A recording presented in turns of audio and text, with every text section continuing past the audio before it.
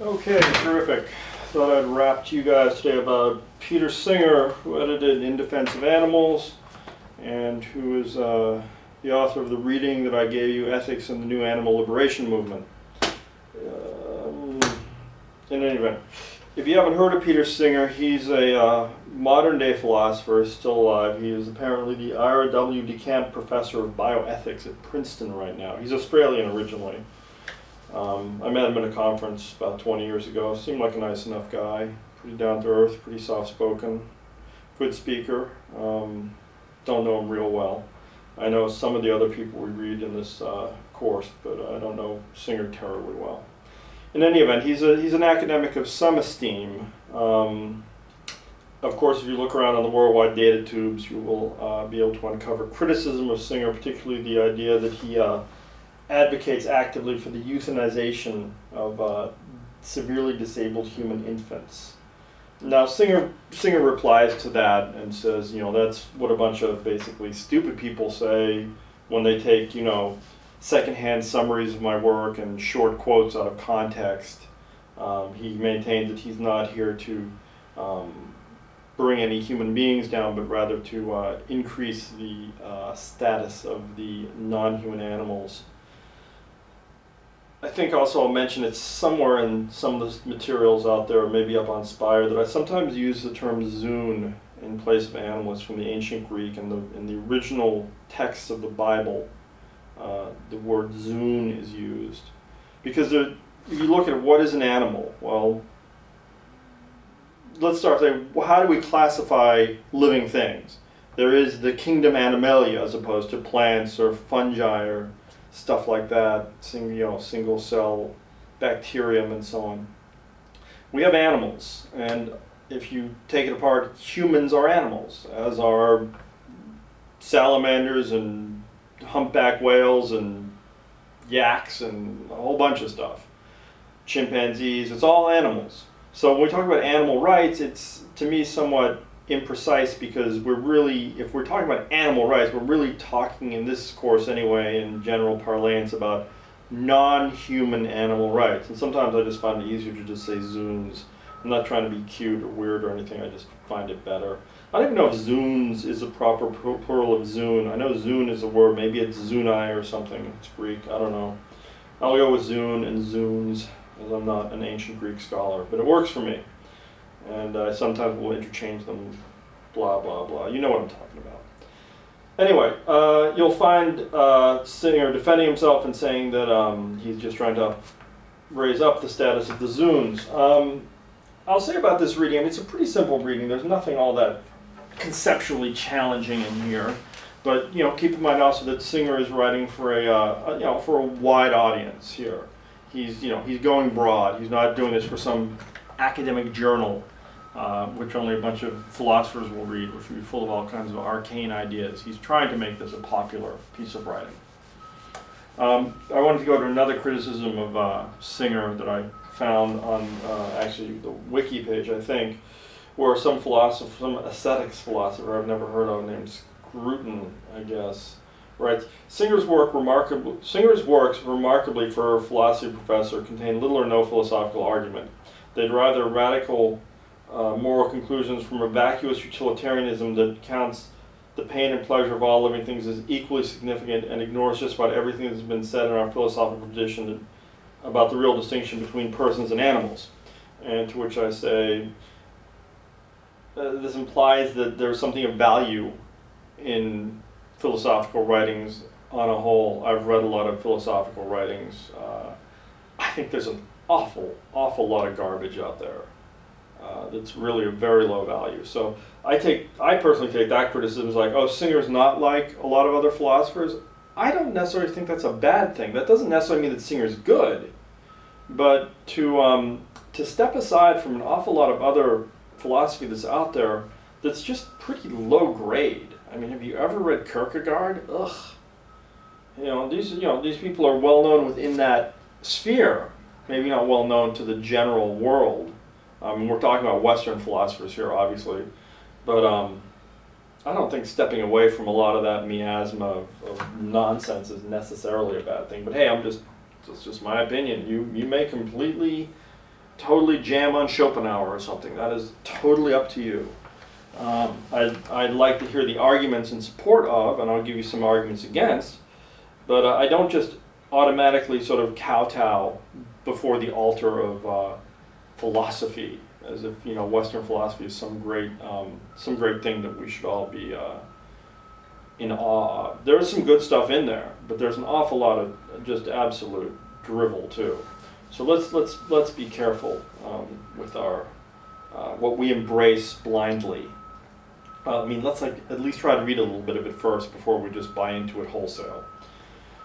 Anyway, the article by Singer, the short piece by Singer goes on. He takes on some general history after sort of glossing over the Buddhists and the Hindus anyway, and some of the Eastern stuff.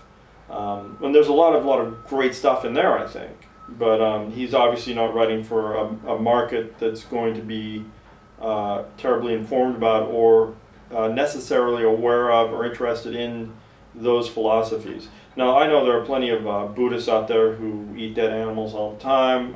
It's painted with a broad stroke to say there's an interest in Buddhism in all living beings. That is, I think, fair to say, but it doesn't mean that everyone who practices it perfectly or correctly or accurately.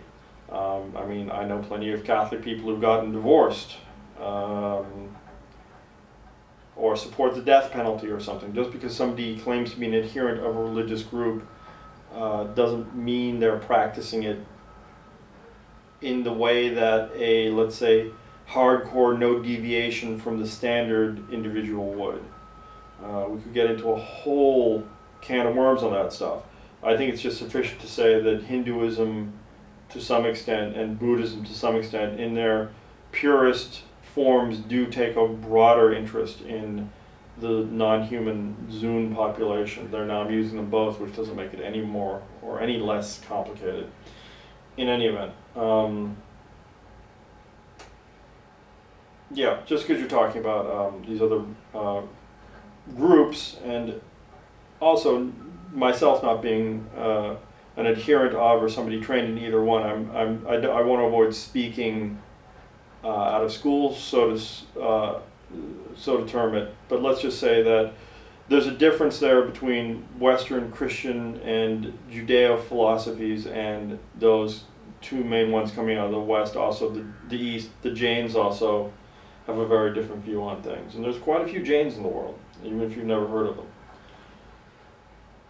We go on and he gets into Bentham a little bit, and this is where the rubber sort of starts to meet the road here. And Bentham sort of introduces this idea that human beings might not be the be-all, end-all. That just simply having the status of being a human being does not necessarily have to cut all the ice, or any ice. We can go back to the Judeo-Christian thing. Not that I use that term Judeo-Christian as a shorthand. I don't think there is such a thing as Judeo-Christian. There's Christianity and there's Judaism. It's a sort of a sloppy shorthand to lump them together like that. They are distinct and different things. But in any event, the idea that God created man in the image of, in His image and so on, that we're different, we are set apart, we are just, I'm thinking of the Monty Python thing and meaning of life. Lord, you are so very large, and gosh, we're just so impressed down here. But we're made in your image is the thing, and that's where a lot of the schism maybe is justified that we've created between human and Zun creatures. So he goes on and he says, the modern animal rights movement is a challenge to that assumption, that humans are just so wonderful and no way in the world anything we do could ever be bad, and the animals, we just have to sort of crush them into paste and use them for whatever we feel is appropriate. And at this point, too, I want to go back and say, just a little bit before this, when he was going sort of through the history of the whole thing, and he mentions Henry Salt, who we'll read a little bit of. He's an interesting guy. This John Christorum person was the Archbishop of Constantinople. I don't know a lot about him, but I may have to catch up on some reading about him. I also have to realize I've just got a book at the library I need to pick up before I leave today. Let's try to get that done. Francis of Assisi, the usual suspects, the Apostle Paul, Thomas Aquinas. But he brings in the idea of evaluating cruelty to non-human animals within an economic framework. And that's important to him. We'll read some Gary Francione, I think, later on in his book, Animals, Property, and the Law, which is for the longest time in common law history, non-human animals have been seen as chattels, which is the lawyer talking, arcane lawyer talk, or I should say archaic law talking word for property. Until not that long ago, wives were considered chattels in the law. So, we're progressing a little bit here. And I think I've also made a decision about this whole non-human animal, human animal zoom thing. I realize now that I'm doing this talking thing. I don't mind saying non-human animal because that's pretty quick. It's the typing thing. And I think I'm going to more or less use Zune more in the things I write to you. And I'm going to use non-human animals in the talking thing. That's the plan. So in any event, we go along and we get to the sort of the Bentham thing, which is the question is not, can they reason, can they think? Let me get it correctly. Oh, the question is not can they reason, nor can they talk, but can they suffer? And that's the crux of it all, right there. I have an article that I'll send to you, a couple of them. One is, these are on PubMed, the U.S. National Library of Medicine, National Institutes of Health. And these are articles on whether or not insects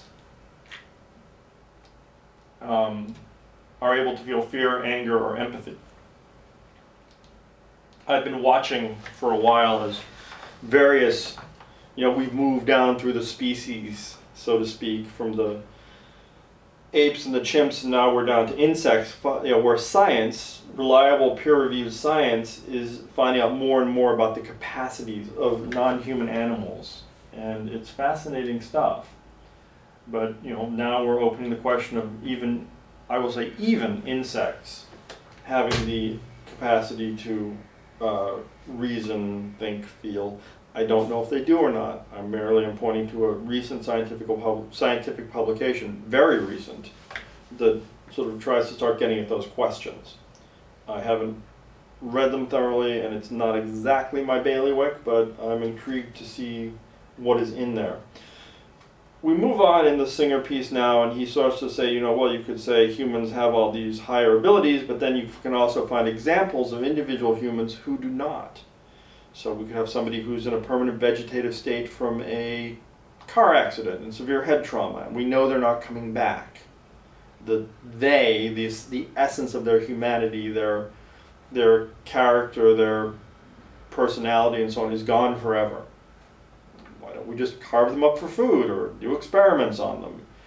We don't, because we think that they're somehow imbued with a soul or some kind of humanity that makes them worth protecting.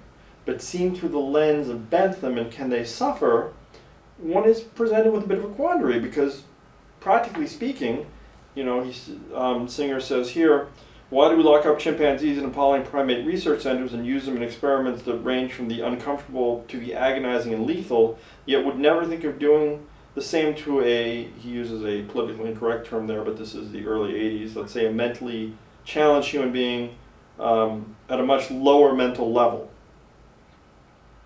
The only possible answer is that the chimpanzee, no matter how bright, is not human, while the challenged human, no matter how dull, is.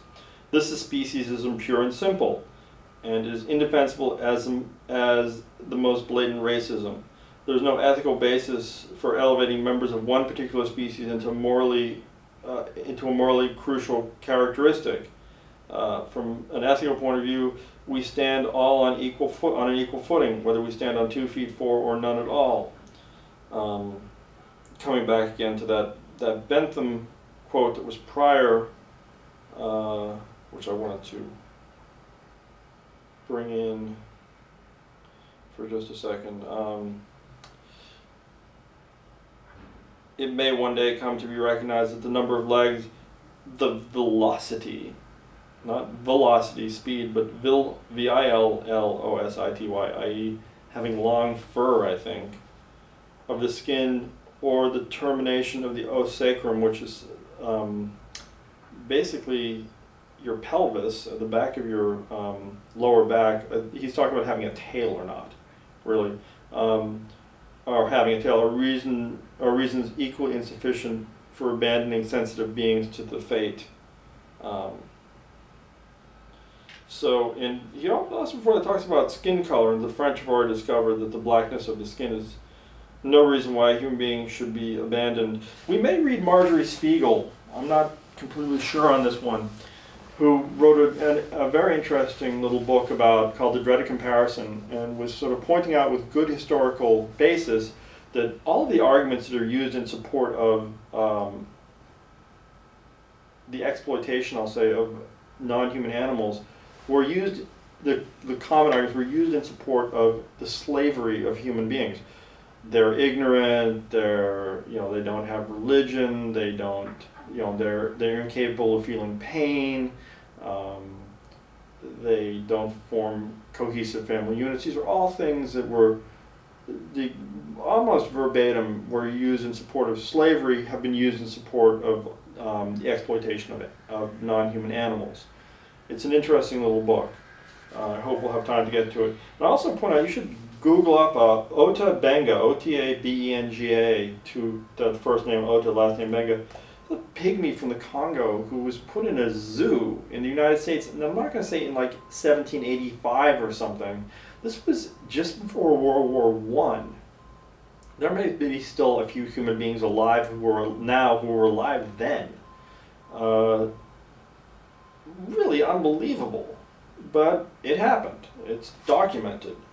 So, we come along to a point where we have to say, now we have in Europe the doors being cracked open for certain higher primates, chimpanzees, I believe, to get some parcel of rights. And we're doing, there's a case I'm watching here in the U.S. too. I think it's in New Jersey.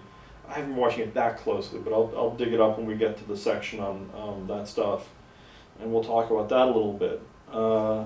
Things are happening in this whole move. What you really need to do, and the rest of the way in here is pretty easy going in terms of the reading and the ideas again. But what you have to do is sort of say, with this particular reading, I want you to sort of think about, and we'll start to get some answers on this. Is what Singer's saying at all relevant? Is any of it past the sniff test just for even a basic, can we take this seriously? Does it cause you to change your thinking a little bit? What are the points where Singer is strong? What are the points where Singer is weak? I'm not particularly in love with at the top of chapter 7. I think I did some reading earlier too. I wanted to point you to precisely where it was. That whole thing about speciesism, pure and simple. That's page 6, mostly in the middle of page 6. But the top of page 7, first full paragraph, he has another thing about people being kidnapped from public parks would then, if that were a rash of things was happening for people being kidnapped for scientific experiments, then people would begin to fear going into parks and so on. But I'm not really sure what he's going at there. I think it's a weak point. I don't think it really needed to be made in here. In any event, what I want you to do is read this, but I want you to go with high-level questions mostly and ask yourself and answer for yourself. As I say, is it to be taken seriously? What are the weakest points that Singer is relying on here? What are the strongest things that he has to say? Where can he be challenged most effectively? Where does he succeed along the way? I don't think anything in there is unique to Singer.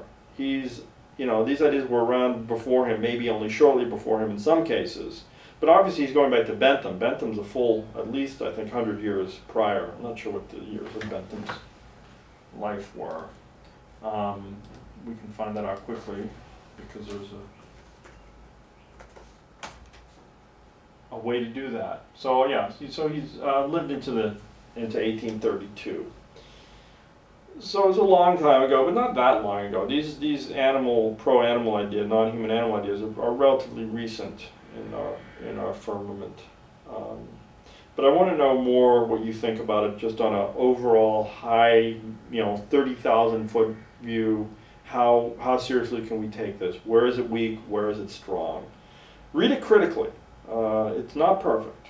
It's getting kind of old itself now too. 85 is 30 plus 30, getting over 30 years old now. So give it a read and chew on it, and we'll find out a way for you to sort of give me your thoughts on it, probably in a discussion question that I'll be posting shortly. All right, that's the first sort of video lecture on Singer, and we'll see how feedback is on that and if we'll do a bunch more of these or not. Thanks.